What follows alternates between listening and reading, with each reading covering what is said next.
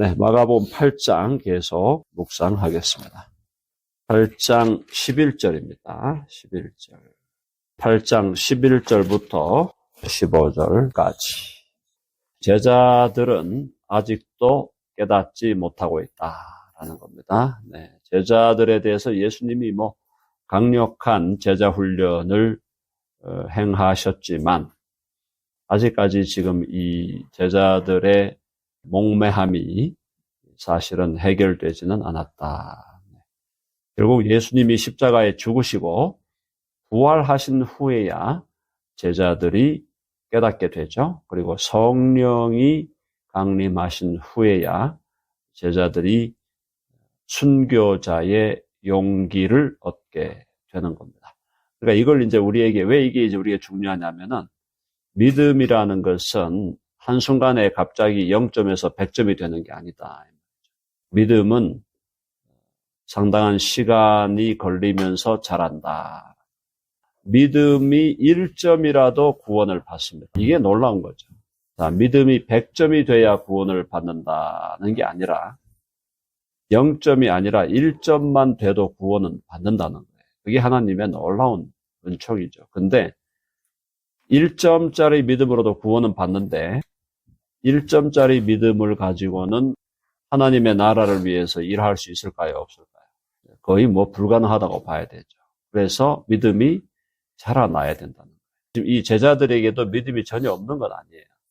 제자들이 1점이나 2점, 조금 더 써가지고 한 10점 정도 됐다고 볼 수 있겠는데 그 정도 믿음이니까 구원받는 믿음은 있었는데 이들이 순교에 이르기까지 100점짜리 믿음이 될 때까지는 상당한 기간의 성숙이 필요했다.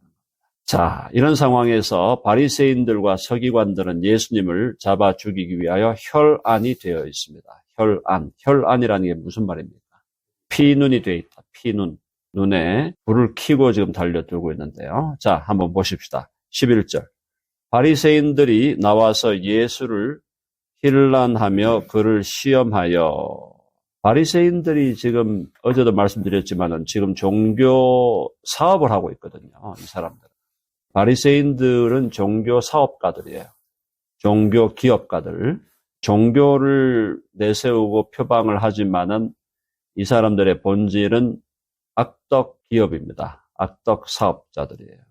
자, 이 사람들이 예수를 힐난하다. 힐난했다는 것은 예수님을 아주 조롱하는 겁니다. 조롱하면서 껌을 찍찍 씹으면서 예수님을 향하여 손가락질을 하는 거죠. 그래서 자세가 이런 자세면은 이거 회개 안 하면 구원받기 어렵죠. 그래서 예수를 힐난하며 그를 시험하여 예수님을 시험하는 거죠. 시험한다. 테스트하는 거죠. 하면서 하늘로부터 오는 표적을 구하거늘. 이게 이제 조금 우리가 상상력을 발휘해야 됩니다. 뭐냐면은, 야, 네가 진짜 메시아냐? 네가 진짜 하나님이냐? 그러면 하늘로부터 좀 불이 떨어지게 한다든가. 엘리야가 하늘로부터 불이 떨어지게 했죠? 여러분 기억나세요? 갈멜산에서 바알과 아세라 우상을 섬기는 선지자들 850명 하고 붙었잖아요. 붙었는데 그때 하늘에서 불이 떨어졌잖아요. 자, 그러니까 네가 진짜 메시아고 네가 말하는 소위 말하는 하나님의 아들이면은 하늘로부터 임하는 표적을 보여라. 표적을 구하였다. 자, 근데 이 표적을 구하는 게 바리새인들과 서기관들은 예수님의 표적을 보여주면은 그걸 표적을 받아서 믿으려고 하는 걸까요? 아니면은 지금 예수님을 흠잡고 책 잡으려고 하는 걸까요? 의도가 뭐죠? 의도가 흠잡고 책 잡으려고 하는 거예요. 그러니까 이런데 예수님이 넘어가지 않으신다. 그래서 우리가 어떤 사람이 우리에게 달려들 때 의도를 잘 파악을 해야 된다. 자, 근데 여기서 표적을 구하는 게 일단은요, 표적을 구하는 의도가 잘못되어 있어요. 의도가 잘못되어 있다. 이거 예수님 파악했고요. 두 번째, 예수님이 지금 하늘로부터 임하는 어떤 표적을 지금 보이기 이전에 지금까지 많은 표적을 보였습니까? 안 보였습니까? 많은 표적을 보였죠? 지금까지 뭐 병든 자를 살리고 또 오병이어로 칠병이어로 먹이는 것, 하늘에서 불이 내리는 것보다 더 위대한 표적을 행하셨어요. 그러니까 예수님이 행하신 표적을 지금까지 그대로만 받아들였다 해도 어떻게 했을까요? 회개하고 예수 그리스도를 메시아로 받아들였을 것이다. 그런데 이 바리새인들과 서기관들은 예수님이 그렇게 표적을 행하고 기적을 행하는 걸 그대로 받아들였습니까? 아니면 뭐라 그랬습니까? 귀신이 들렸다. 마귀가 들렸다. 이렇게 욕하고 비난했거든요. 자, 그렇게 해서 정말 의도적으로 그 의도가 동기가 선했다면은 예수님이 행하신 모든 표적을 보고 벌써부터 받아들였어야 되는 거예요. 그러니까 이거는 소모적인 논쟁이고 전혀 예수님에 대해서 뭐 예수님이 메시아다, 그리스도다, 뭐 하나님의 아들이다 관심이 없는 거죠. 그냥 예수님을 책 잡아가지고 뭘로 마귀가 들렸다, 귀신이 들렸다라고 하면서 예수님을 이제 처형하려고 하는 바로 그 도상에서 지금 예수님께 달려든 겁니다. 여러분 이해하셨죠? 네, 이런 상황들을 조금 상상력을 발휘하면서 읽어야 된다. 12절 읽어봅시다. 시작. 예수께서 마음속으로 깊이 탄식하시며 이르시되 어찌하여 이 세대가 표적을 구하느냐.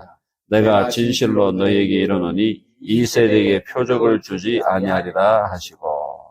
그래서 주님이 이제 마음속으로 깊이 탄식하셨다. 탄식하시는 것은 인간의 죄악이 얼마나 심각한가. 죄악이 심각하고 바리새인들과 사두개인들의 이 악독함이 얼마나 악한가. 그 악함에 대해서 예수님께서 마음속으로 깊이 탄식하는. 이건 탄식하는 건 분노죠. 분노이면서 진노이면서 동시에 또 안타까움도 있었겠죠. 안타까움도 있지만은 주님의 마음은 바리새인들을 향한 주의 마음은 진노가 더 강하다라는. 마음속으로 깊이 탄식하시며 이르시되 어찌하여 이 세대가 표적을 구하느냐. 근데 이게 이제 다른 마가복음 16장에 가보면은 이 표적을 구하는 자들에게 요나의 표적 외에는 다른 표적을 보여줄지 않겠다 이런 말씀을 하셔요. 그건 뭐냐면 요나의 표적이 뭐냐면은 예수님이 죽으시고 부활하는 겁니다. 자, 한번 해볼까요? 예수님이 십자가에 죽으시고 부활하시는 표적. 예수 그리스도께서 십자가에 죽으시고 부활하셔도 안 믿을 인간들이잖아요. 바리새인들이 믿으려고 하겠어요? 물론 이 중에 일부는 믿음으로 돌아왔죠. 대표적인 바리새인이 니고데모, 그 다음에 그 이후에 또 대표적인 바리새인이 사도 바울이었습니다. 그렇죠? 그러니까 바리새인들 중에도 주님께로 돌아온 자들이 없지 않아 있었지만은 바리새인들 대부분은 절대로 예수님을 받아들이지 않는다는 거. 자, 그래서 예수님은 가장 강력한 최대의 표적이 뭐냐? 그게 부활의 표적이죠. 부활의 표적. 야, 하늘에서 불이 내리고 뭐 이런 거 그거보다도 더 큰 표적이 있다. 예수 그리스도의 부활의 표적. 네가 부활의 표적을 보고도 믿지 않는다면 전혀 구원의 가망성은 없다. 나중에 이제 우리가 성경을 쭉 이렇게 연결해 보면은 처음에 이제 니고데모와 같은 바리새인이 주께로 돌아왔고 그 다음에 또 바울이라는 대표적인 바리새인이 또 주께로 돌아왔는데 나중에 가보면은 바리새인들의 좀 상당수가 주께로 돌아온다는 걸 볼 수가 있습니다. 사도행전에 가보면 상당수의 바리새인들이 주께로 돌아오고 그 시대에 제사장들이 또 주께로 돌아오는 놀라운 역사가 있게 되죠. 그건 이제 예수님의 십자가의 죽으심과 부활의 표적, 부활의 권능이 드러나면서부터 과연 이 나사렛 출신의 랍비였던 예수가 과연 메시아요, 과연 그리스도였구나라고 하면서 많은 제사장, 많은 바리새인들이 결국은 돌아오게 되는 그런 역사를 우리가 보게 되는 것입니다.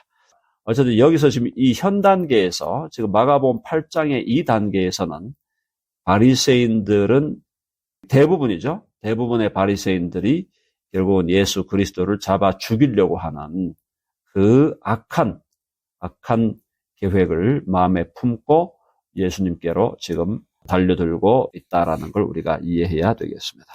자, 결국 그래서 이 세대에 표적을 주지 아니하리라.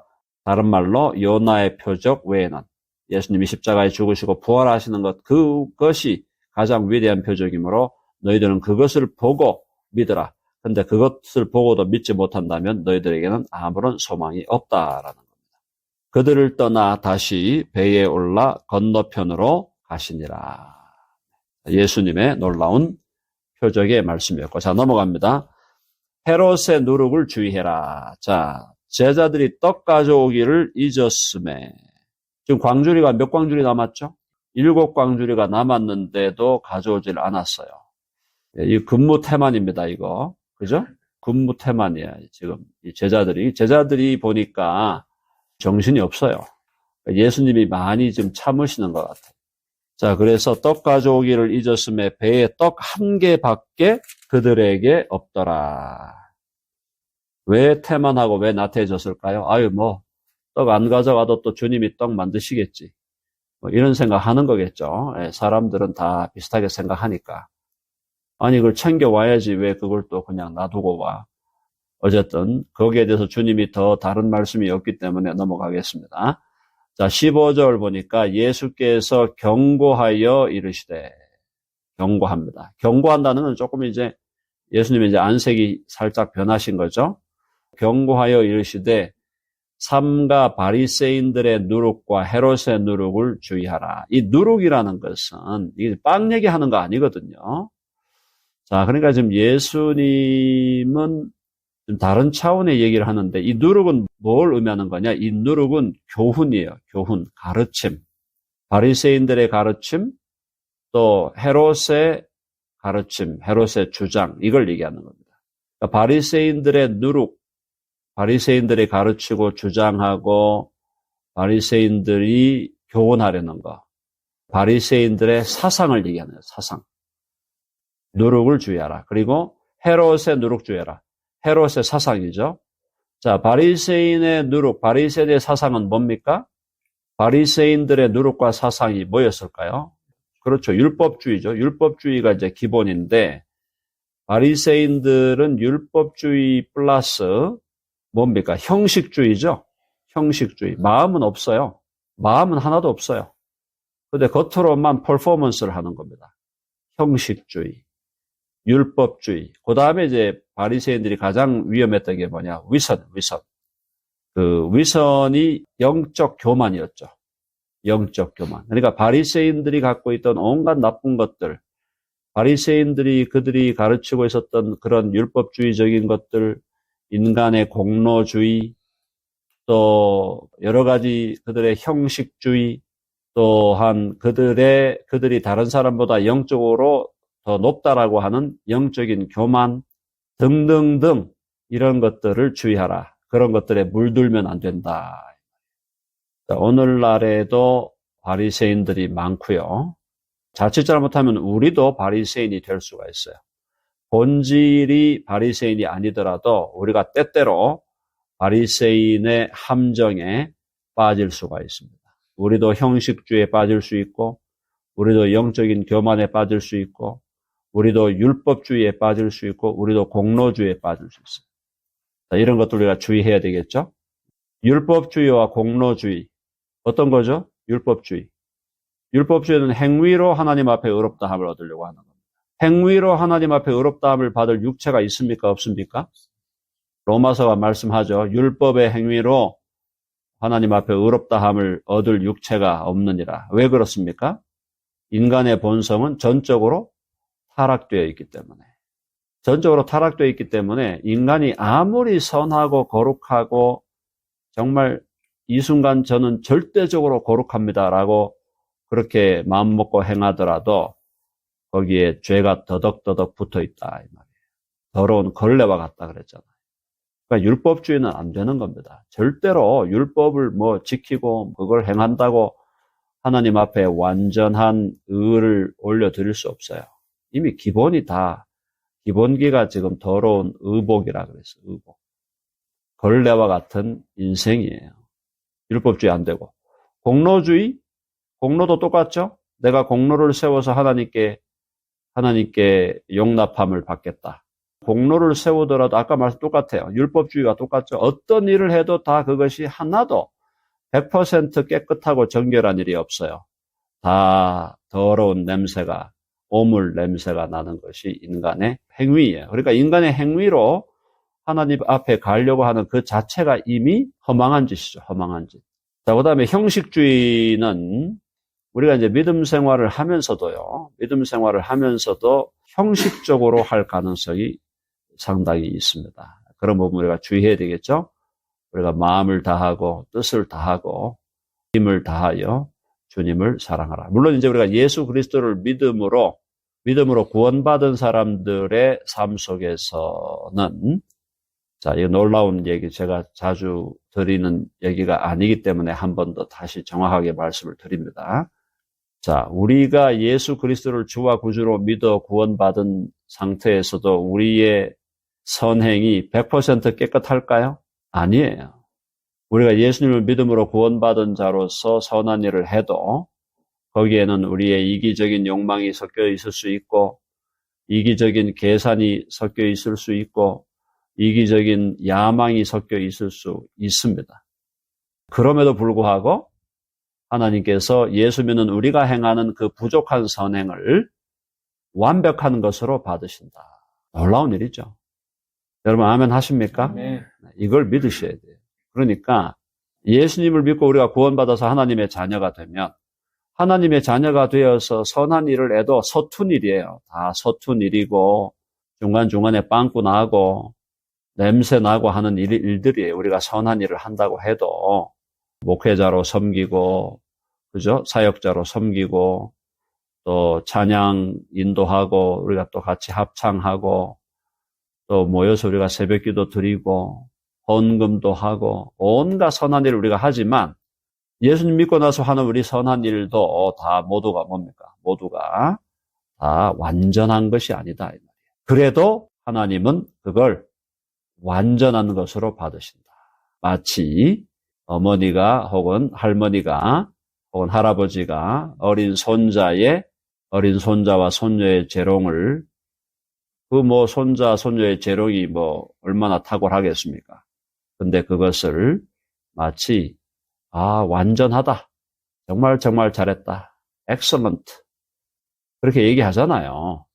그렇게 받아들이는 것처럼 하나님께서도 우리의 재롱과 같은 선행, 하나님 보실 때 재롱이지, 재롱 떠는 거지. 그 정도의 선행도 하나님은 excellent라고 받아주신다는 겁니다.